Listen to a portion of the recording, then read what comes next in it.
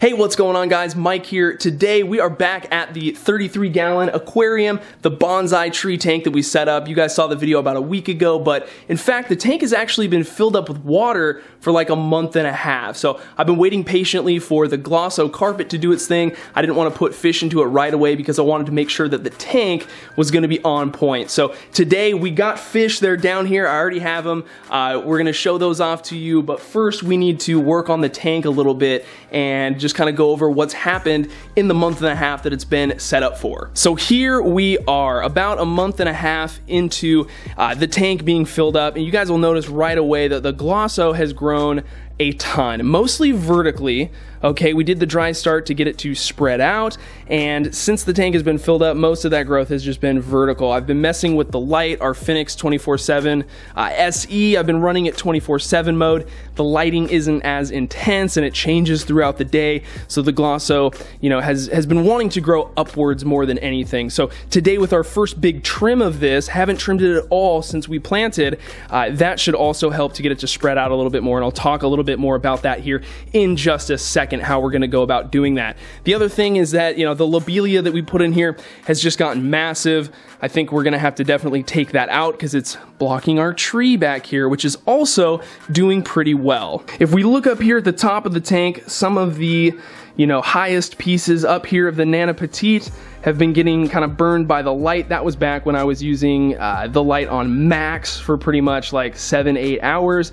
And so when I switched it to using the 24/7 mode, that helped that plant out a little bit. But that's one of the things that was kind of difficult about this tank. We have a high-tech plant down here that needs high light, and then we have a plant that's higher up, closer to the light source, that is a, you know, very much a low-tech plant and does not, you know, it's not going to behave super great under really strong light. And we were starting to see that with some of the pieces up here at the top that was really close to the light. So just one thing that we're going to have to deal with, and I'm still trying to find a sweet spot as far as the lighting goes to where I can get good growth down here and I'm not harming my plant up here.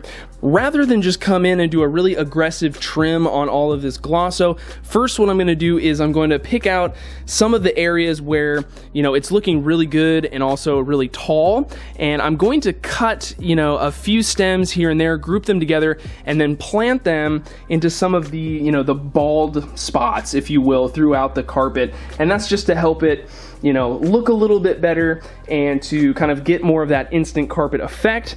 Again, with this trimming that we're going to do, once we get the pieces that we want to replant out, I will go down and trim it quite aggressively, and that also will help the plant to spread out and look a little bit better. That's the idea, at least. Let's go ahead and remove this lobelia before we do anything else, guys. I don't think this is going to be, you know, rooted too heavily down in the substrate. Obviously you can see all these roots right here, but lobelia is one of those plants where it doesn't root super crazy deep in the substrate, and as you'll notice, it's not being too much of a pain to remove here. We are going to get some soil coming up, but it should be pretty easy to get out of here. I don't think we're going to have too much of a mess here. So a little bit, just do it slowly, and there we go. And we're definitely going to save this plant because that's a lot of lobelia. So let's go ahead and put it over in a tub. There we go. Let's head back over here. And you can see now we can really see our tree, and that's what I want.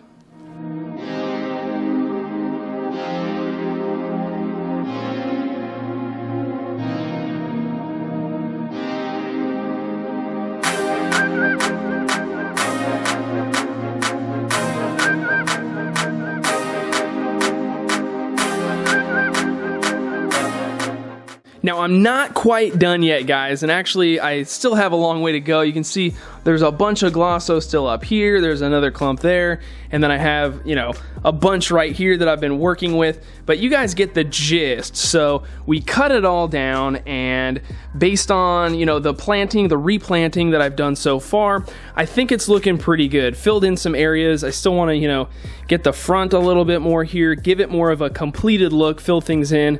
a few more over here, and I think the tank's gonna be looking pretty good. But I don't really want to finish this right now because it's gonna take a little bit longer. I know you guys want to see the fish that we're gonna be putting in this tank, so let's just skip the rest of this and let's check out these fish. So down here we have a mystery bag with our fish, so let's check these guys out. Find the top of the bag. Oh my gosh, one-handed, guys.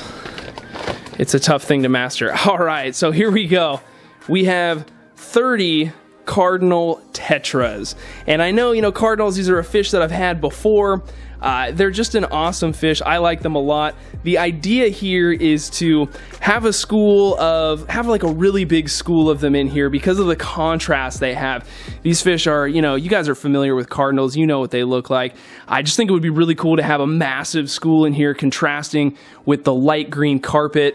I think it's gonna look really good. So we have 30 here, and you guys probably remember that I have like 35, maybe even 40 of them in my 125. So I knew I wanted a ton of these.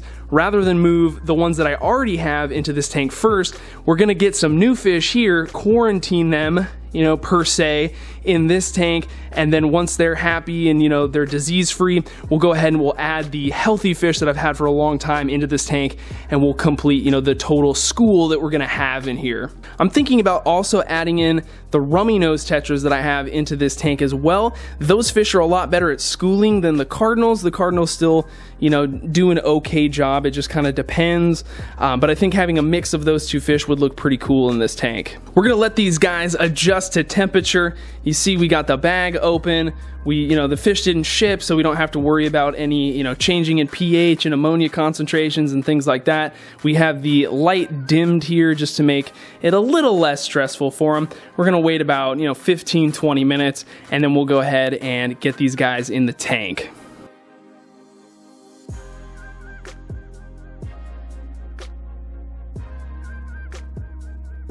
We got the fish in the tank now, guys.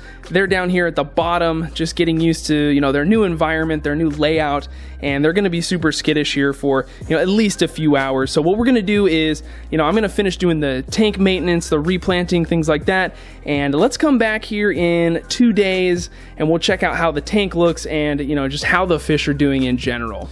All right, we are back at the tank actually about a week and a half later. I decided to wait a little bit longer because I wanted to show off the changes in the glosso after the trimming, as well as get kind of like a final count on our tetras. So if we zoom in here and we check out the glosso, you'll see where we trimmed it, we're getting new growth shooting up out of those areas.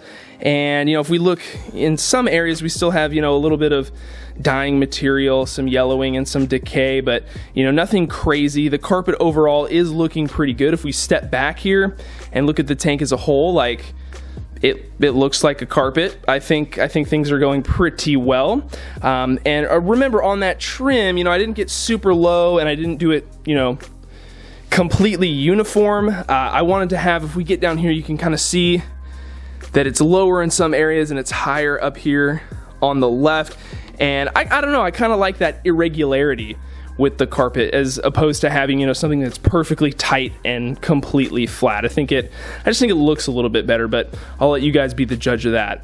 The whole tank has been adjusting to the change that we made, which was running max on our Phoenix 24/7 fixture versus the 24/7 mode that I was running, and I think the glosso definitely appreciates it. Again, it's a high-tech plant. It needs CO2, it needs high light, and that's sort of the challenge with this tank because we have a low-tech plant up here closer to the light, being the Anubias Nana Petite, but so far things are going pretty good. We do have a little bit of algae down here in the hair grass especially, and some more of that fuzz algae down here, but I'm managing it. I'm adding fertilizers to this tank as well, so this is a little bit more of a challenging tank. It just takes a little bit more time to make sure things don't get out of hand, but so far so good. The cardinals are also doing pretty well. We did lose about like 4 or 5 of them in the first week, and that's not atypical, not an uncommon thing to lose small tetras like this. They're not the hardiest of fish, but they do pretty well, so I'm not bummed. I was sort of expecting that. And again, we have a bunch more, probably twice this amount over in the 125 that we'll be adding here hopefully pretty soon in the next couple of weeks. All these fish look really good, no issues with ick or anything so far. So again, another thing, so far so good. You might be wondering why I have half of a white background here. That's basically just because I wanted to see what a background would look like on this tank. Without a background, I think it still looks pretty cool. It's almost like it kind of has like the infinity pool type look. I don't know if that makes any sense, but with the background, it definitely does change just everything about the way the tank looks. I'm considering whether or not I want to do like a light blue background, or maybe even do like some watercolor paint to make sort of like a sky. I don't know, it's just, it's something that's on my to-do list. I'm playing around with it. Let me know what you guys think about all of this stuff in the comments down below. Let me know what you think about the tank so far. Let me know also if you'd like to see another tree over here. So, I mean, the aquascape, again, it's done, but it's never going to be finished, right? It's never finished until you take the tank down and shut it down. At least that's how I look at things. And so I'm considering, I haven't decided yet, if I want to do another tree over here, maybe build it up a little bit. I don't know. Let me know just everything you think about the tank and what should happen here in the comments below, guys. I love hearing your suggestions. But yeah, guys, that's pretty much it. I hope you enjoyed today's video. Don't forget to subscribe and like the video if you like the tank. I appreciate it so much. Thanks again one more time for watching. We'll see you guys very soon with another video.